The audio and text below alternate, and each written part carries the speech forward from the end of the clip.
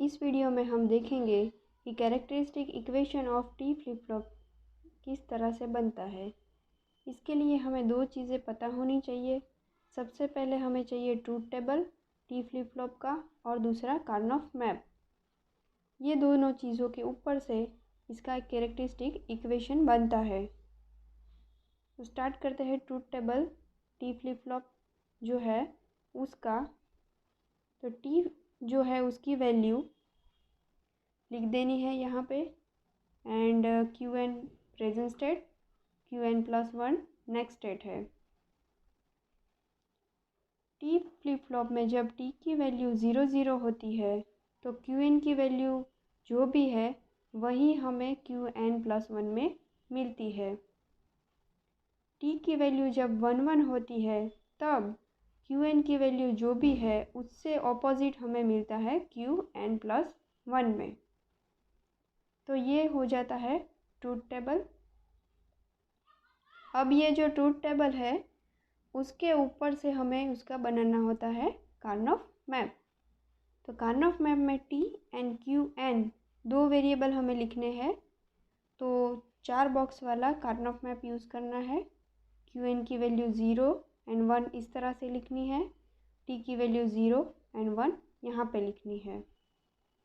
अब ये Karnaugh map में 1 लिखने के लिए हम क्यू एन प्लस वन वो कॉलम देखेंगे। तो यहाँ पे जो 0 आ रहा है तब टी एन क्यू एन की वैल्यू 0 है, तो वो यहाँ पे 0 लिख देना है। फिर जो 1 है वहाँ पे टी की वैल्यू 0, क्यू एन की वैल्यू 1, तो टी की वैल्यू 0, क्यू एन की वैल्यू 1, तो उस बॉक्स में हमें 1 लिख देना है।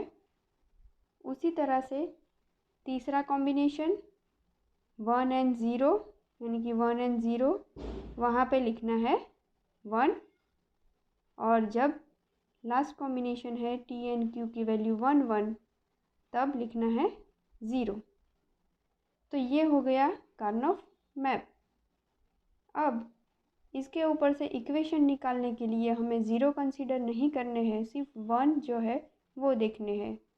यहाँ पे जो 1 है उसकी हॉरिजॉन्टल पेयर बन सकती है या फिर वर्टिकल।